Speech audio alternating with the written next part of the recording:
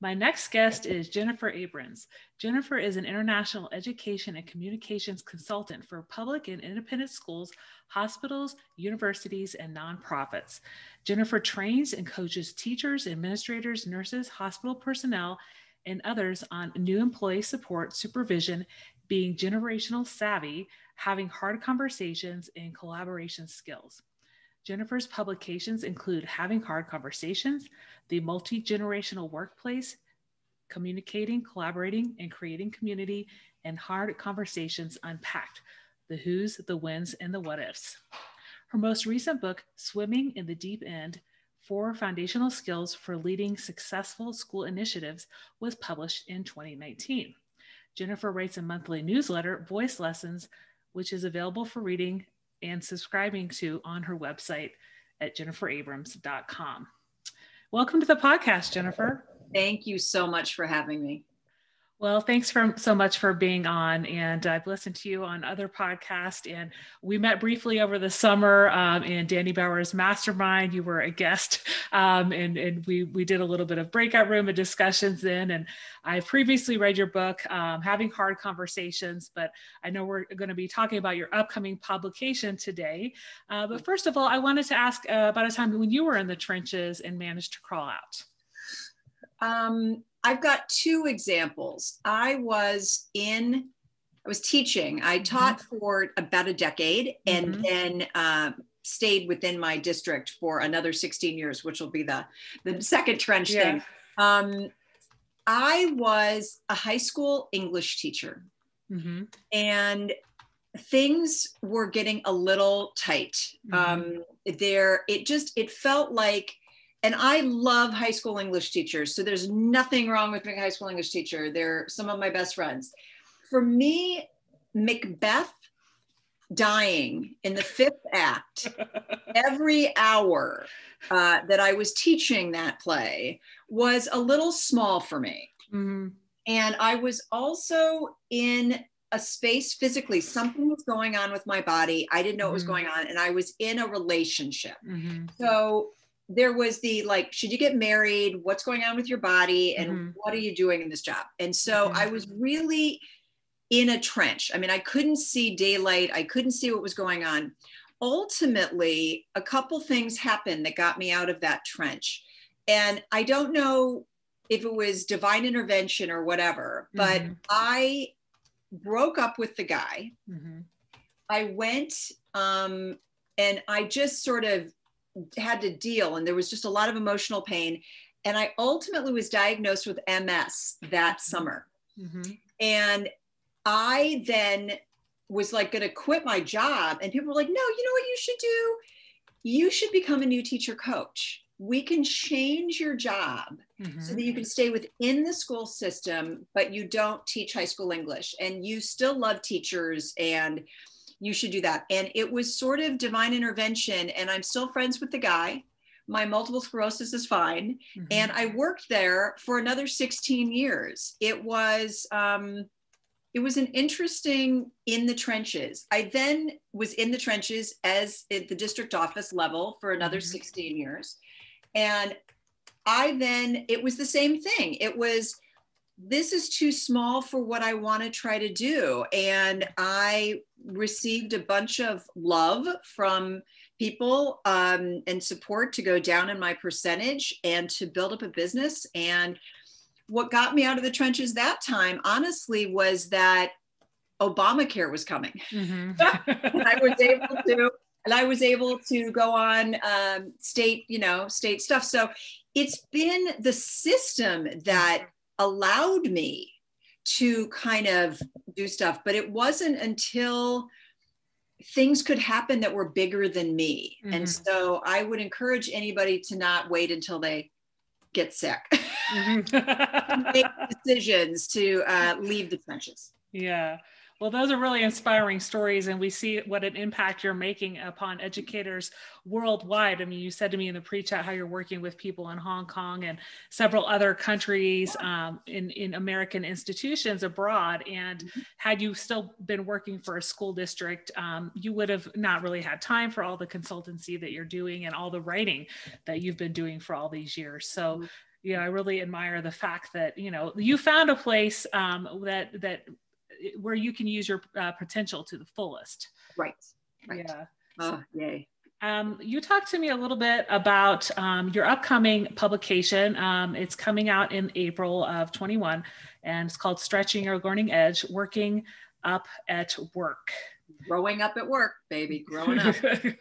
So tell me a little bit about what this publication entails, kind of what your experience was, kind of the research that you used to gather information for it. I'm really excited about this book. It's an edge for me, and I bet it will be a learning edge for all of us in education, in that we have credentials in how to teach our students, our grade level, our subject, but we don't have credentials in how to talk effectively with other adults. Nothing within our credential or qualifications usually did much past, you need to be a professional. Make sure not just that you wear pants on Zoom, but that you show up at your PLC and you are a good team player. And we need to actually stretch just beyond that foundational stuff. And so this book asks us questions, I think, and it asks me questions. That's why I sort of did it, about where's your edge in terms of your growth, your development as a human being who is over the age of 18 in your school system. No matter what your role is, what are you stretching yourself to do? Within most of the world at this point, but in the United States particularly, there's a lot about needing to know our identities right now and really look at ourselves and be aware of how our race and our identity and our upbringing influences how we see the world. I'm in a course right now where we're giving and getting feedback a lot, and to suspend certainty is my second thing there, of not to say they're dumb, they're wrong, but how do you say feedback, but also how to give feedback, how to ask for, how to request things, how to offer concerns, not complaints, and take responsibility for that. And the book continues through two other facets with a bunch of stuff to ask the reader, how do we grow up? And I'm thinking we can do that at work. We don't have to, we can do that in our interactions with other people. And it's been fun. It's an interesting thing to think about, because we're not normally in the adult development business in schools. We're in the child development business. And I think we can do both. Yeah, I think that's an area where we need to think a little bit more, because there's so much toxicity in buildings among staff, right? Because, you know, you assume, it's kind of like when the teachers assume the kids know how to behave, like even like you taught high school English. And so if I, like, you know, we assume the kids know how to fill out the heading on their paper, or it's Times New Roman 12-point font, double spaced, other essays, right? But, you know, as a colleague or professional, we assume that people know the correct behavior in PLC meetings, or you know, what is appropriate reaction to different things, and so, like, I think this is a book that's really something that's needed these days. And a lot of teachers, you know, coming out of the school year wouldn't have been in the building, you know, too much. Maybe they're teaching in a hybrid model, but people are more isolated in their classrooms this year. If they are teaching in the building. So kind of re-entering in the fall, that, you know, staff lounge type conversation, or the full staff meeting that's actually in person, right? And kind of having that reset of collegial relationships, right? And I you know, in your book, Having Hard Conversations, it talks a lot about how to bring up topics, right?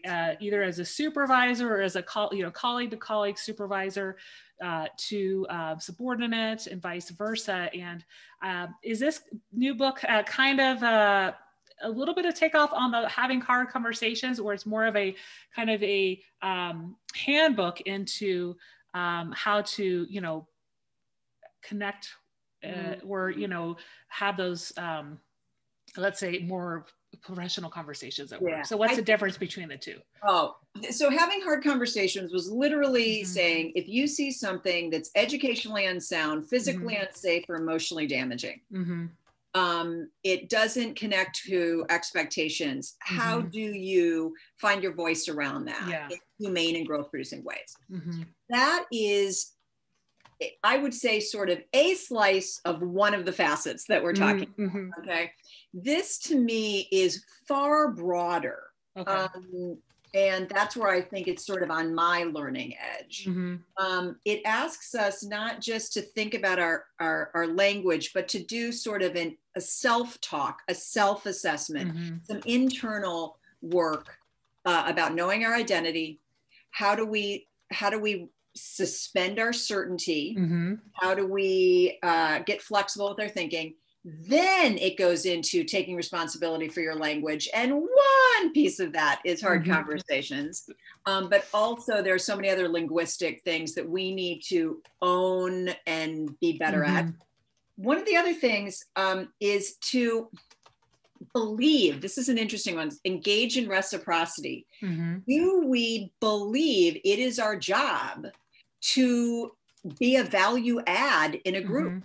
Do we engage with mutual respect and collaborative skills in our groups because it's part of our job? It's part of what we do is to support the other adults in schools as well. That's a whole skill set that people are like, I teach first grade.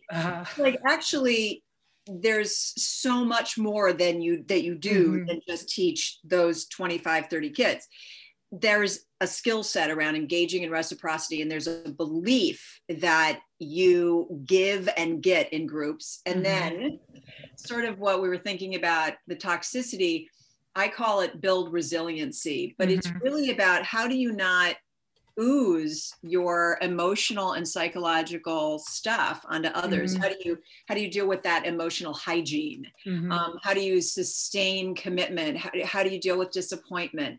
How do you do stuff? Because imagine if we went into a group, went into a staff meeting, went into a team meeting or a department meeting, and we were better able to not just react, or we were better able to articulate, or we believed that we were there to contribute. And so how would we behave? And then if we got our feelings hurt, how would we deal with that? You know, there's so many edges to ourselves and our development that I think if we were more intentional and we were more thoughtful and we were more supportive of each other in the development, that we could then be just a much better collaborative team or school. And I don't think, there's a gentleman, his name is Zephyr Achi. I just got the privilege to meet him. He does growth edge coaching. He says, human development is not an indulgence. This isn't a nice add-on. If we don't really build up these skill sets, it causes exactly what you mentioned, which is toxicity. The school culture isn't the way we want it. Morale is low. And this is a piece of that. It's a piece of maybe countering that. Yeah, and I really like how it made me think of like in a PLC group, you have those teachers, you might have, let's say it's a group of 9 to 10 teachers, and you have about 3 or 4 who are veteran teachers, and you have 3 that are kind of halfway through their career, or they've taught at least 5 years, right? And then you have a few new teachers, and kind of being able to have those those semi-experienced teachers and those new teachers bring their voice to the group. I know in a lot of those PLCs, sometimes it is those veteran teachers who are trying to lead the conversations, right? And those newer teachers don't feel like they have a word or they have anything that's beneficial to say in the group. So this, I think, book would help then for just the communication, as you said, in the PLC groups, right? The roles people take. We talked a little bit in the pre-chat about even just the norms, right? In those PLC groups, the timekeeper, the note taker.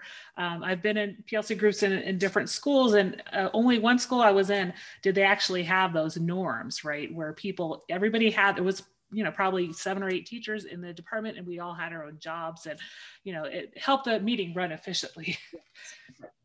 And there's even more. Efficiently should be the absolute foundation. Like there should be agendas.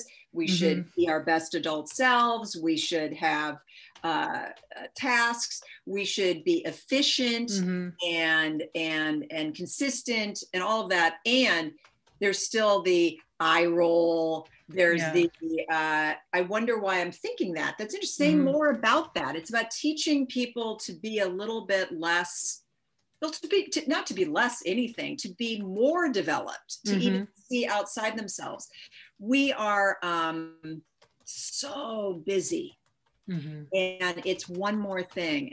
And so there's just something beyond the one more thing. You could really learn, you could learn there. It could be a value add. You can create community. You can get new ideas and it being efficient. It's like, it's all possible.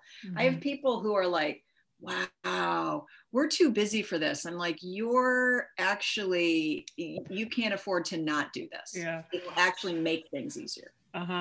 Because a lot of the time when colleagues don't feel appreciated or they don't feel like they're part of the group, that then leads to turnover. It costs the business more. And then you have, the cyclical cycle of those new employees coming in and then leaving, because you might have a group where people are just not feeling like they are able to integrate into that group or effectively work.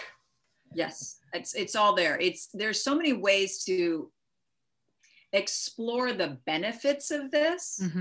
And it's just, there's so many ways. There could be turnover, it could be financial, it could be increased test scores. I mean, I'm trying to figure out, I don't have the research on if you do this, X will happen. And I feel better as a contributor, as a participant, if I'm my best adult self. And if I use those skills and I engage at a more mature level with all my inside talk being able to be managed and my verbal talk, it works better. It just works better. And I have better relationships. And then we can start to really take on the challenges that we need to take on in schools. I mean, because it shouldn't be about us inhibiting that or getting in the way of what we really need to focus on. And a lot of the times we get in our own way, not we, you know what I mean? The group, by not being able to work collectively, gets in its own way.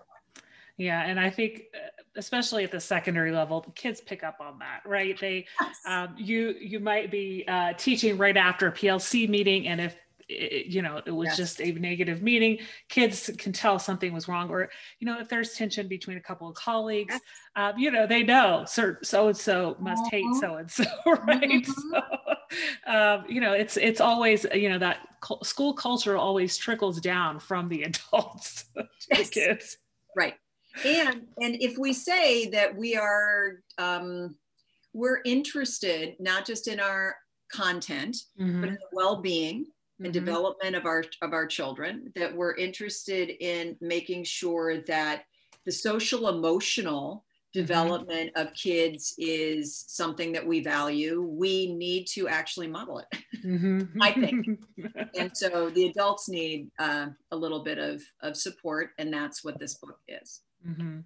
So you told me in the pre-chat that you started working on this or thinking about it in October of 19. And so during the pandemic, you've done a little bit of research, tested out some of, your ideas, and tell me a little bit about some of the work that you've done with these groups on the Zoom or Google Meet meetings, and kind of the experiences you've had with coaching different groups in breakout rooms. Thank you. No, it's been really interesting, because we were talking about that I've been doing this internationally.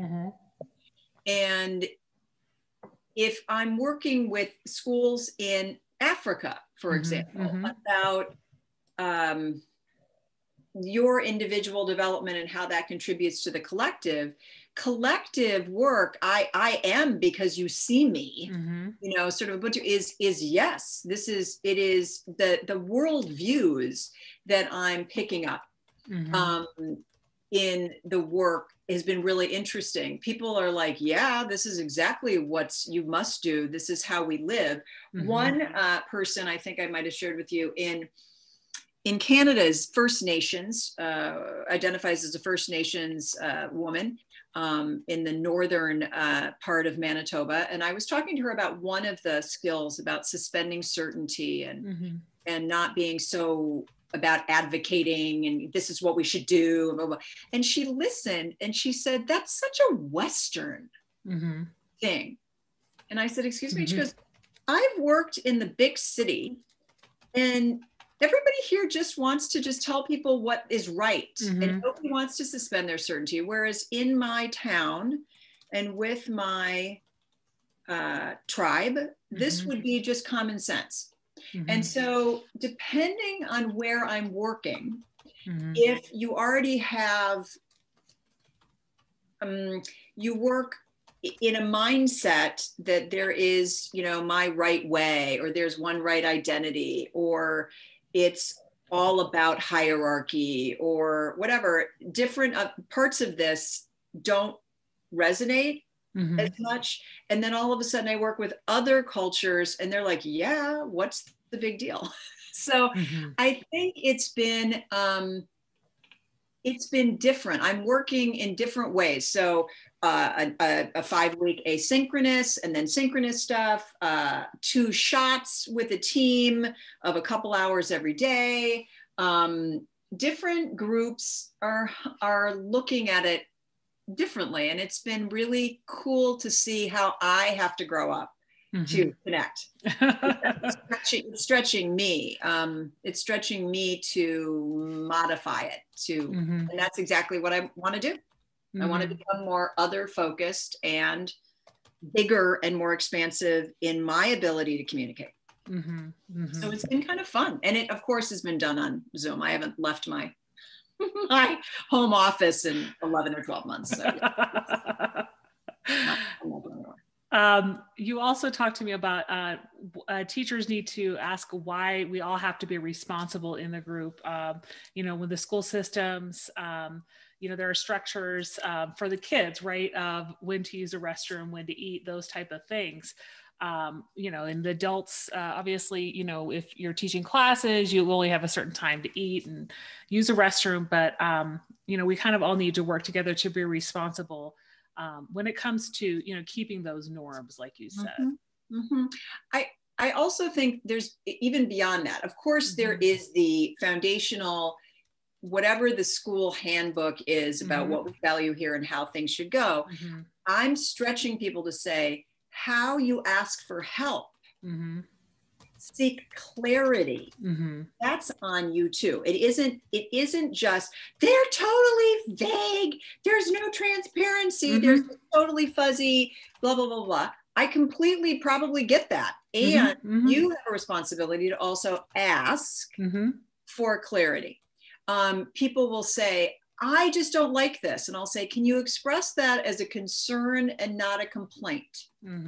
Can you offer solution-focused feedback? And so I think we need to take responsibility to do what the school, the district says is part of what the organization does, but also how do we show up to it and what is our language? And then, as you mentioned before, how do you have a hard conversation when you see something that isn't okay? So I'm stretching the word responsibility to include more in your sphere of control than you might want to consider every day. Yeah. I really like how you said, like the school handbook, because some people could be new employees and the school handbook or the staff handbook might not have been updated for 10 plus years. Amen. Yes. Yes. And a lot of staff that started a new building, they don't really have much of an orientation. There might be a district level orientation, but not a school level orientation. So you start your first day, you're given the staff handbook. you probably don't even read over it because right. and then, so a lot of people, especially the new employee, they're afraid to ask those questions for clarification. Yes. I wrote a book called The Multi-Generational Workplace. And I am happy for any of your listeners to send them this. It was, I would hand out this list. It was beyond a handbook. And I would hand it to the principals. I would hand it to the department chairs. I would hand it to the new teacher. And I would say, I don't know who is going to need to ask any of this or offer any of this, but I'm going to tell the new teachers that this is stuff they should know. And if they don't hear it, they should ask. And you can use this set of questions as, I've been told by Jennifer that these are things that I should learn. And so it isn't like you're weird because you don't know it. But it's also, hey guys, these are things you should be ready to answer. Or if you don't even want to answer, just already tell people. And people were like, it's never occurred to me. And it's not just the copy room or the bathroom. It's about grading. It's about technology. It's about meetings. It's about assessment. And people are like, oh yeah, they wouldn't know, would they? And I'm like, and then let's say somebody comes in that somebody's needing to sub. There's a maternity leave. There's a sick leave. These are people who I used to find walking around campus, in a January going, I never got an orientation. I don't know where anything is, I'd be like, here's some stuff. So I'm happy to send that because it's about clarifying conversations. I don't think anybody should be accountable unless there's been clarity. So clarity before any accountability. So I'm always happy to talk to people about that. Yeah, that's great. So you talked to me a little bit about the international schools and just kind of the structure in these schools. And I mentioned a little bit earlier about the schools in Hong Kong. So are you working with British schools or American schools, and kind of what is the structure and the staff relations that you might see differences from working with American schools? Yes, I work with European schools. I work with British schools. I work with American schools. I work with international schools. Many international schools do not do, for example, the advanced placement. Advanced placement is more of a US kind of frame. So there's the international baccalaureate. And so in an international school, the curriculum looks a little different from literally kindergarten on up. And so there is sort of a mindset around what does the learner need to know, be able to do content all the way through. And so that kind of extends to, as one group said to me, we really should live out loud all of that as well, like whatever the risk taking, the goals are. In US schools, internationally, if I went to work in an American school in another country, there would be a football game, there would be a hot dog, there would be a PTA. They are almost replicating, in a way, a US experience abroad, even if people from with other passports go there, but it's the US kind of frame. If you're working at a British school, they're getting kids ready for A levels and O levels. They have line managers and deputies this, and there's just sort of an administrative structure that's a little different. And from there, you can sort of imagine how things go, because it's about, people talked a lot about line managers. I'm like, a line manager? If I'm working at a school in Germany, if it's an international school, they don't have a union, they have something called the BR. And so the BR is very prominent, but in the US, it would be in states that have unions as opposed to have those. So you have to sort of just who are the informal and formal power players? How do people see retirement in those places? What does the school look like? Do you have to retire by a certain year because you have to leave that country? Do you get a job and you stay here forever because you could stay there forever? Do people marry in this country? And so that it's just, and then just stay. Just different places. Not every country has their own way of doing things. And then international schools live within that mindset. And then there's every type of curriculum that goes, and you can only imagine like what you emphasize would be different by any things. And so I just sort of am learning how to do that. And that in and of itself is a stretching at your edge, knowing your identity, suspending your certainty, taking responsibility. And same thing within a high school. And just to say this, if a principal is going to go talk to the English department, it's not exactly the same way as talking to science people.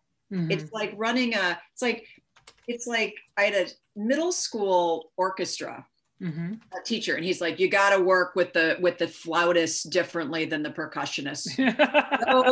those trumpet players, they're kind of dangerous and a little rowdy. The clarinets are blah, blah, blah. And he knew how to work across his 8th grade group and who they, what kind of instrument they played. I think that's sort of what you do when you are at a leadership position, and then you expand it to world stuff as well as, all the other stuff. It's really fun.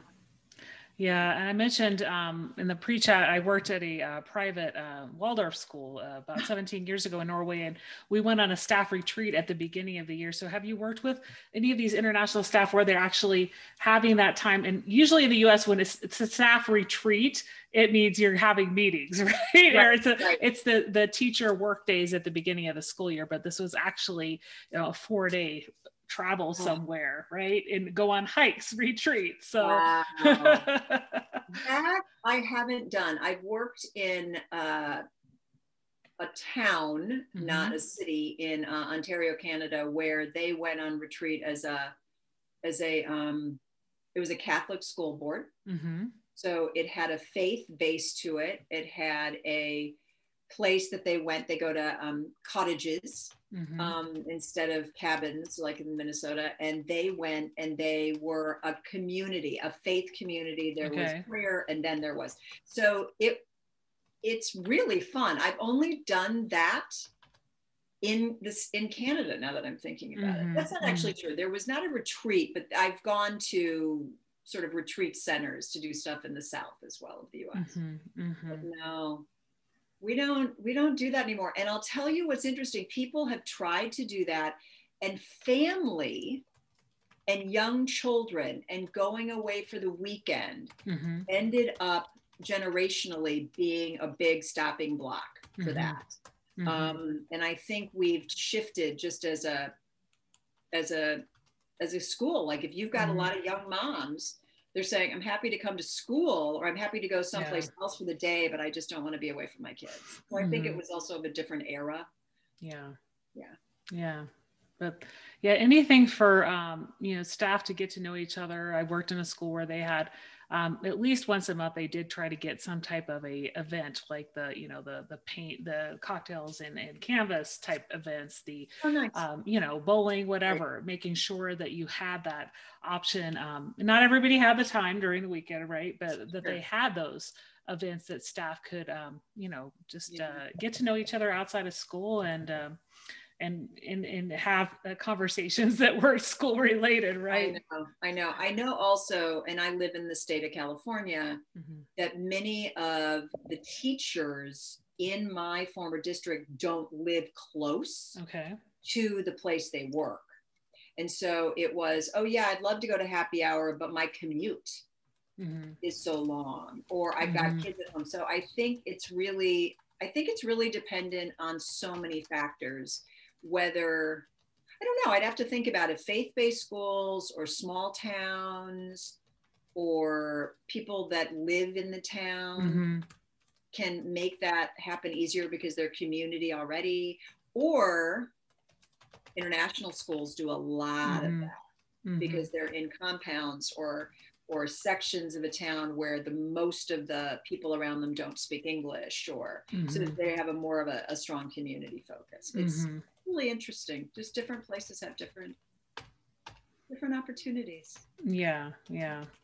And I hope that, as teachers come back into the building and that there will be more of a community. I know there's been much more of an emphasis this year on teacher well-being and just, taking time for yourself. And I hope, as the teachers are able to, have more contact, I would say in person with the staff in the fall, that they, do see the benefit in just having that release time, like the going out for coffee, going to a happy hour, the the socialization, right? The looking forward to going back to conferences, right? And networking. So I think it's so important to, whether it's something that's planned at the school level or something that just a department's doing, or, a district-wide thing for particular teachers.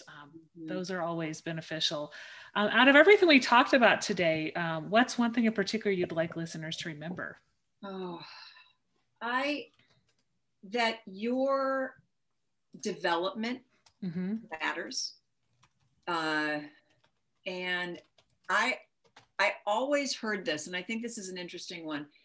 I'm so certain about so many things. And somebody said once, and so I want people to remember this, everybody is 10% right, at least 10% right. So don't think you're always right. Suspend your certainty a little bit, get more curious. And that's a developmental goal for me. Great. Well, where can people connect with you and find you online? I am at www.jenniferabrams.com. If you look me up on Google, I'm not the women wrestler. There's literally a Jennifer Lynn Abrams, and she's in a bikini doing amazing things as a award-winning wrestler. I am the educational consultant. So just to let you know, if you look me up, that's not me. And are you on Twitter? And I am. I'm at Jennifer Abrams on Twitter, and on Instagram, I'm starting to flesh that out. I'm Jennifer Beth Abrams. Okay, great. Well, it's been such a pleasure to have you on the podcast. Thanks so much, and have a great rest of your day. Oh, thank you.